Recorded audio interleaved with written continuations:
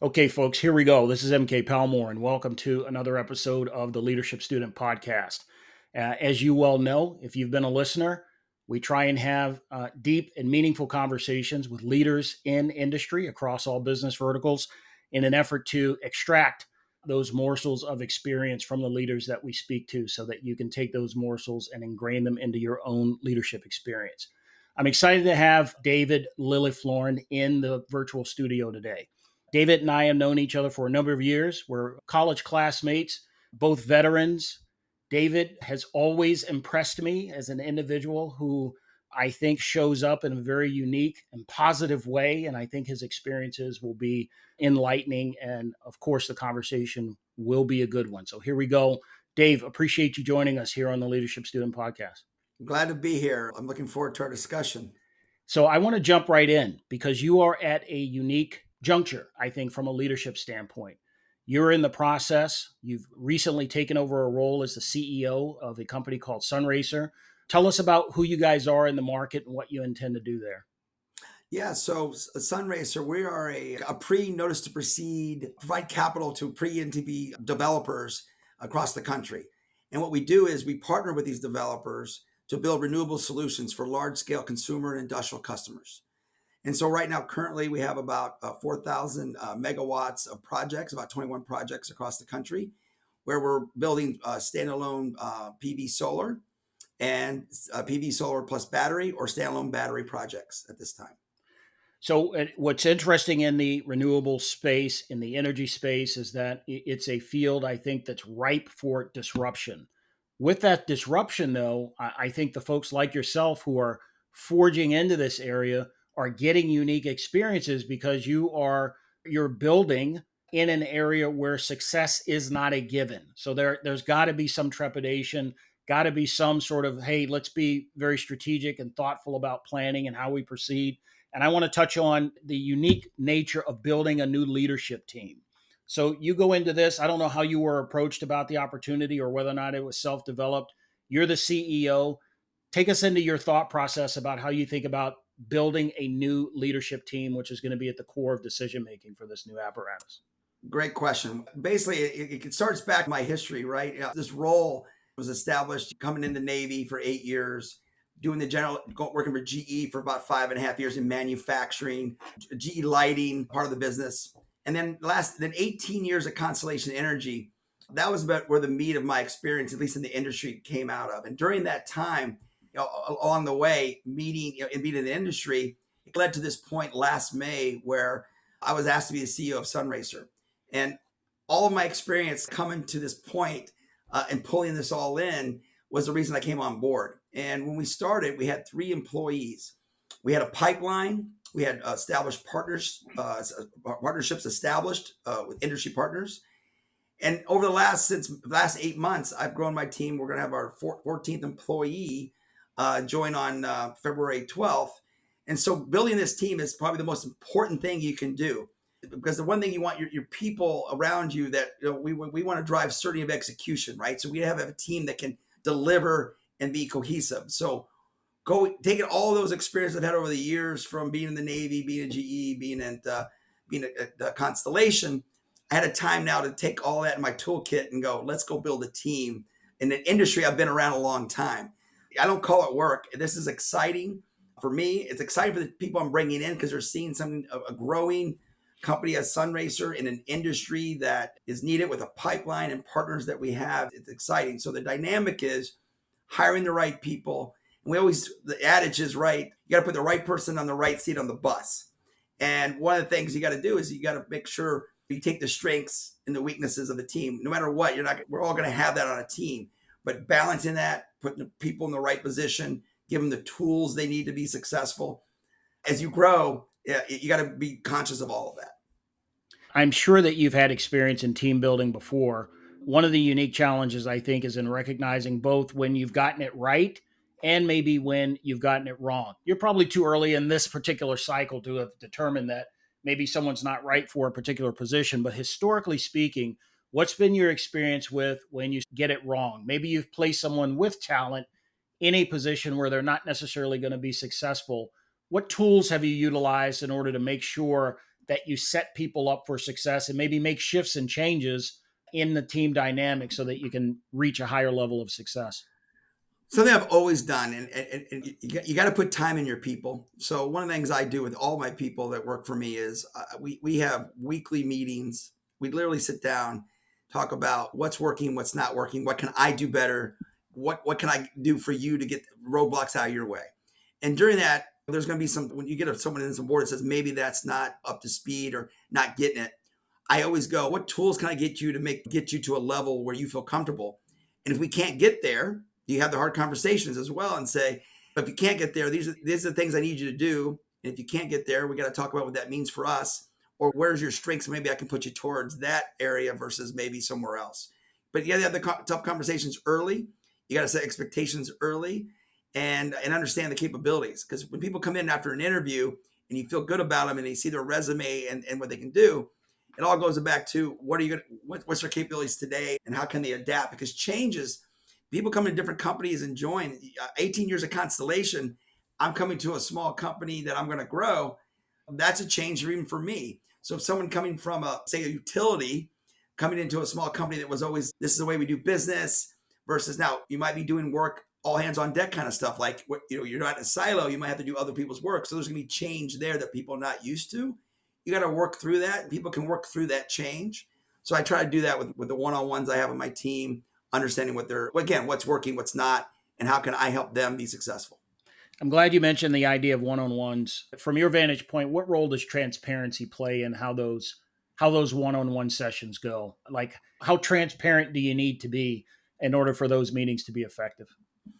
You got to be open and honest, right? I think out the gate, you got to be able to say it's hard, right? I know through my years, Navy, or even sometimes in the career you have, here's your performance review, sign it, here's your paycheck.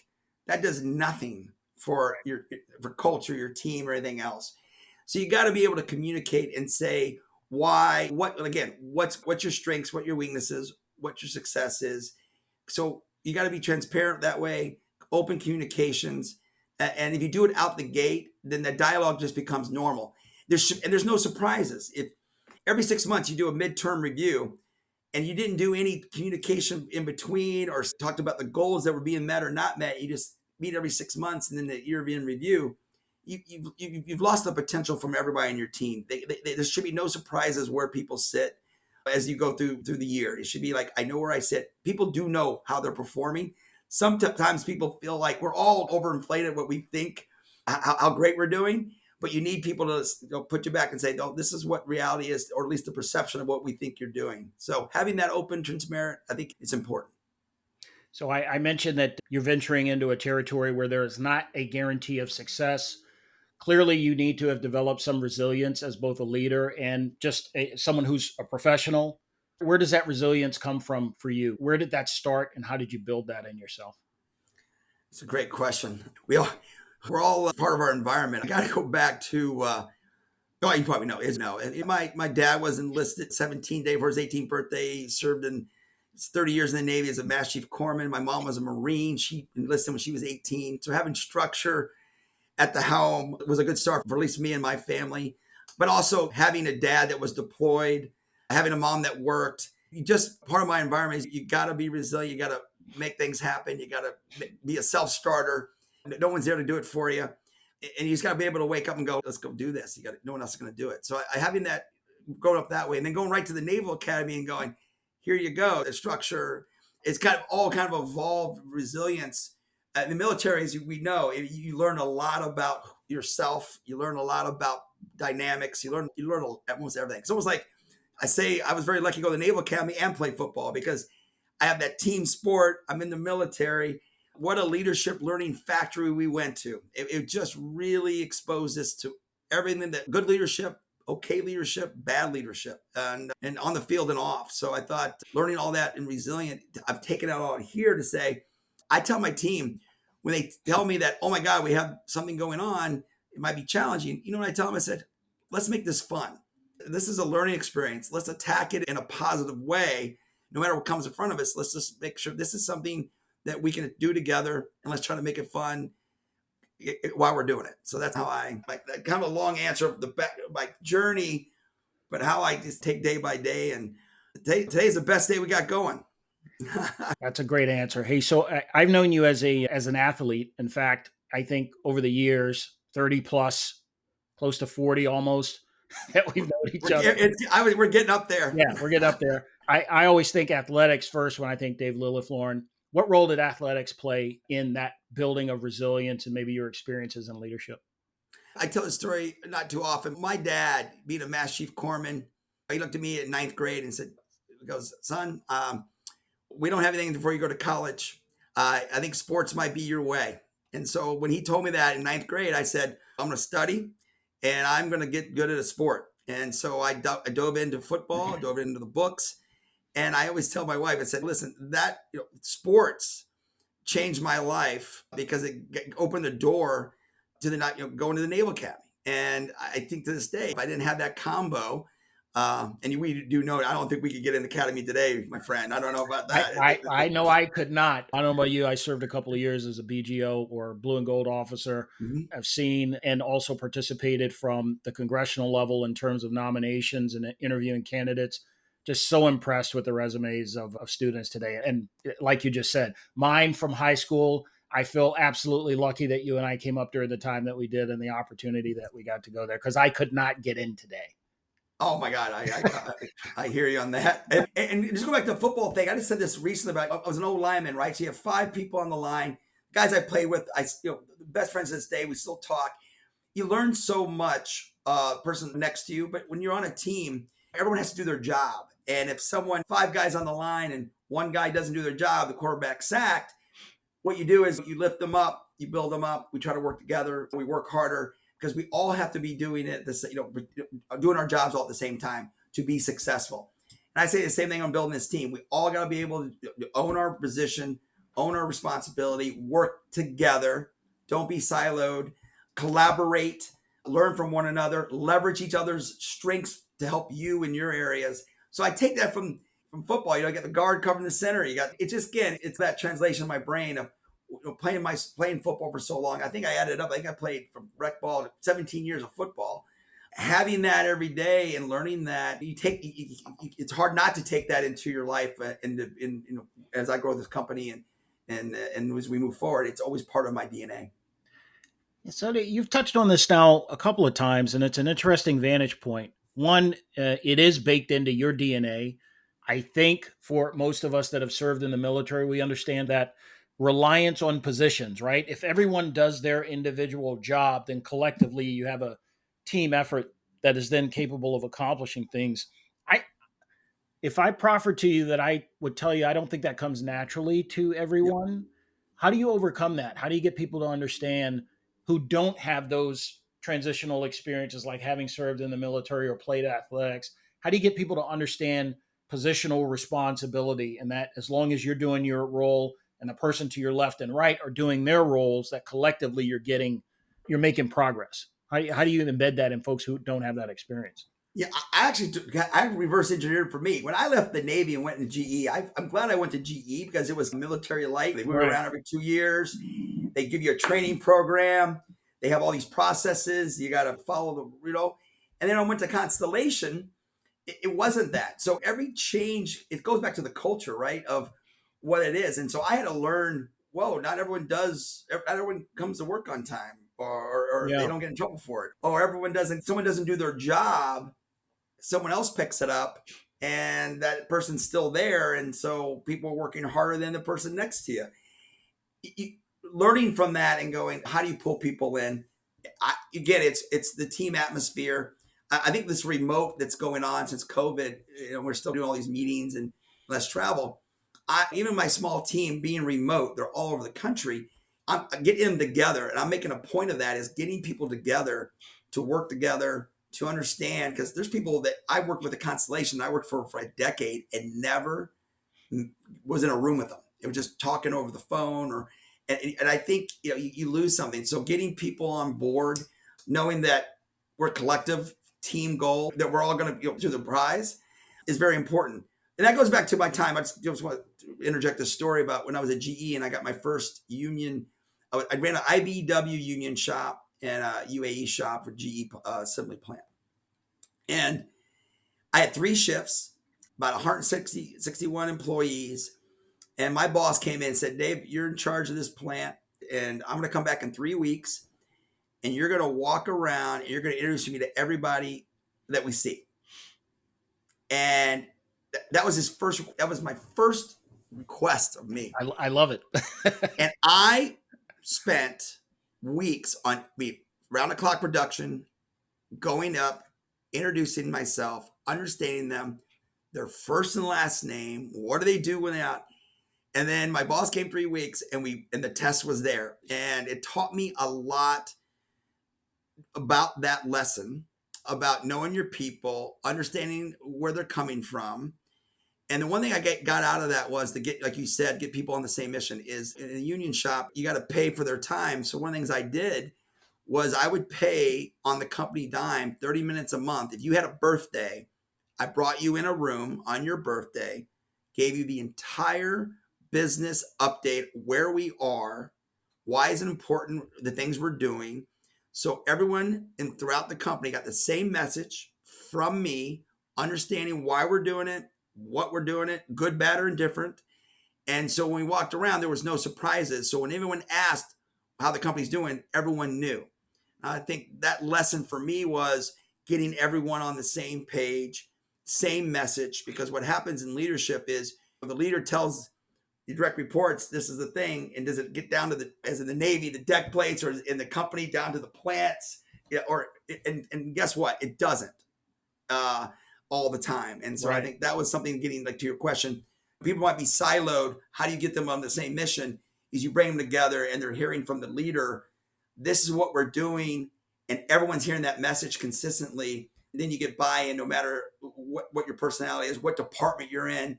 I think they understand the mission and the goals, and they can rally around that. Yeah. What you just described is really hard to do, by the way. I hope folks have an appreciation for the difficulty in, you have a ton of responsibilities as a leader and manager. You're saying that in an effort to ensure the cohesiveness of the team, you added on a responsibility to walk the floor, make sure you get to know folks, their individual jobs, aggressively make sure they're getting the messaging about the strategy, purpose, and outcomes, and that kind of thing. It requires work to do that. That's what the leader gets paid for. But I want to make sure that folks have an appreciation for how that kind of intentional presence and engagement takes a lot of energy. How do you maintain that? How are you able to maintain it and do it consistently over time? Well, leadership, be consistent. As a leader, you want to be consistent. But I think the answer to your question about how do I do it is, what we always talk, you're always good as your people. So the best investment is going to be in your people. Another analogy in energy is everybody has access to the same technologies, maybe the same processes. It's all about the people who execute on those processes, how they use that technology. It's the people. So investing time and effort, that's where you'll get more out of people, out of the team. If you recognition, job well done. That is something you got to do. You got to take the time.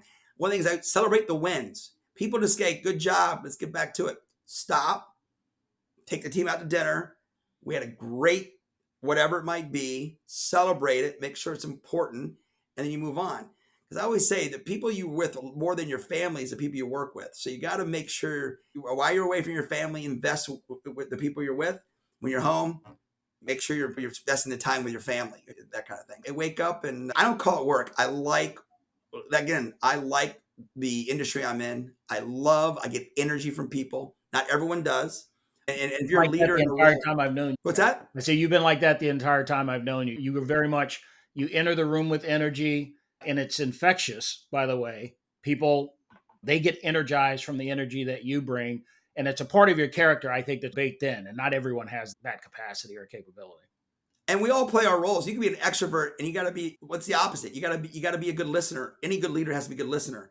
We all have our traits that we have to work on. So you got to be. And you also, if you're an introvert, you got to get out of that shell and go, hey, I got to get in front of a bunch of people. You got to talk. So right. There's no perfect leader. We just got to know self-awareness, right? We talked about that. Self-awareness of who you are as a leader, because I can drown out people if you're an introvert. You got to be in tune to your audience and understand. And if you get too much energy, people will just sit there and won't say anything. So you got to be able to listen, got to be able to draw out and ask questions, the right questions to people that might not, I know they have something to say, but let's pull them in. And you got to be aware of that as a leader, what you're giving off, how people can receive it. Not all message sent is message received.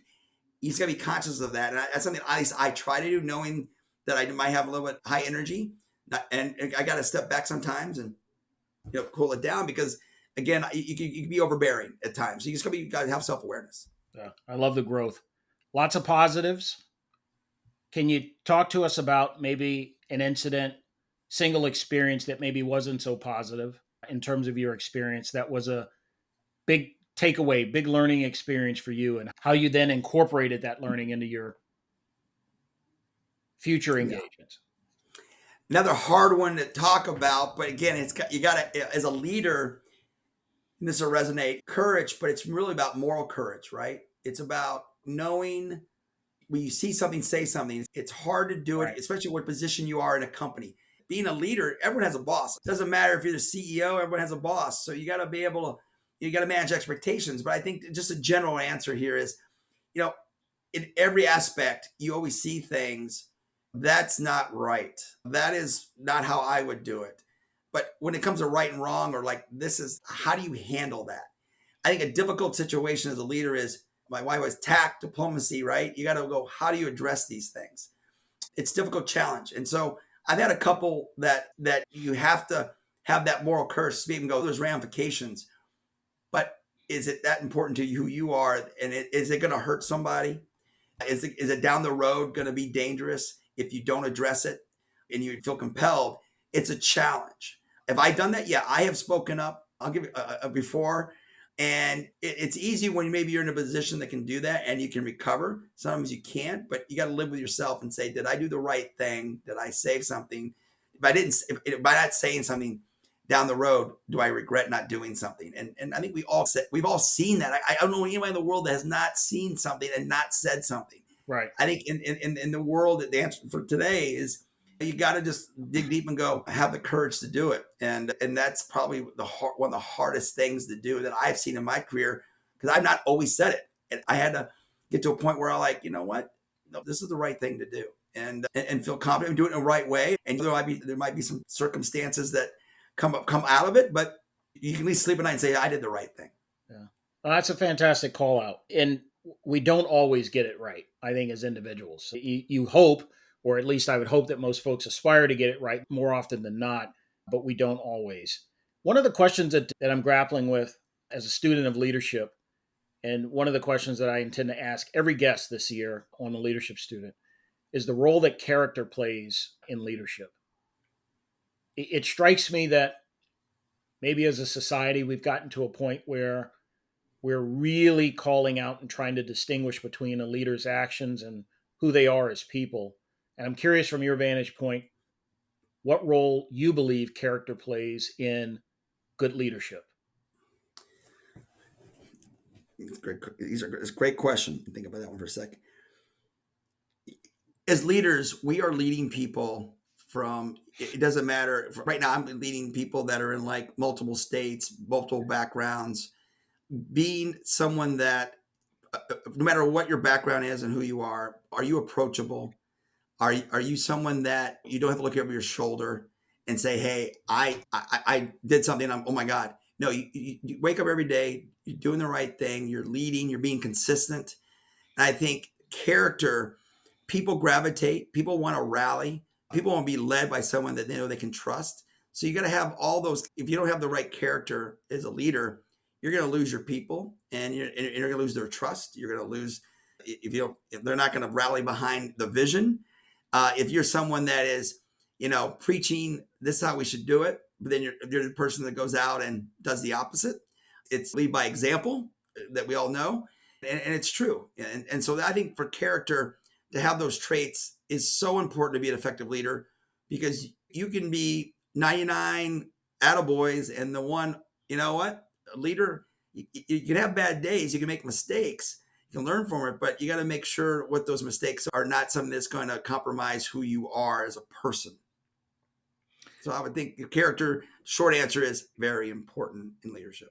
Oh, and I appreciate that perspective, and I think share it But I am going to challenge some future guests on what their thoughts are on it because I really feel like the subject of character has been downplayed somewhat. And you can take from a variety of angles, whether it be in business, society, or otherwise.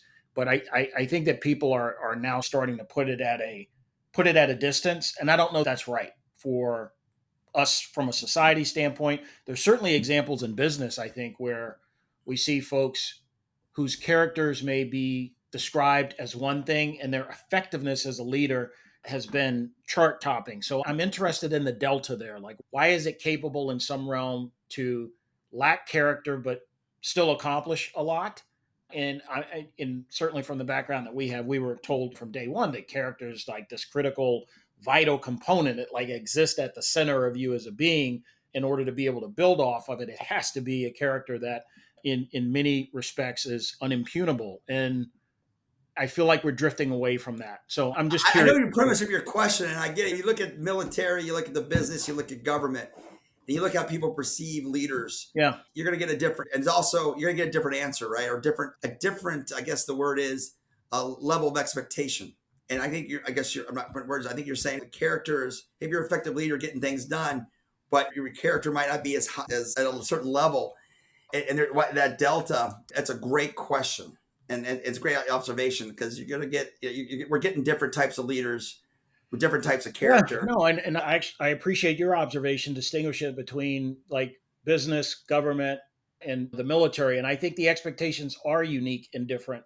But I guess what I'm trying to tackle eventually is that I think mostly in the business realm, I see that I don't know what passes for character or its level of importance might be different.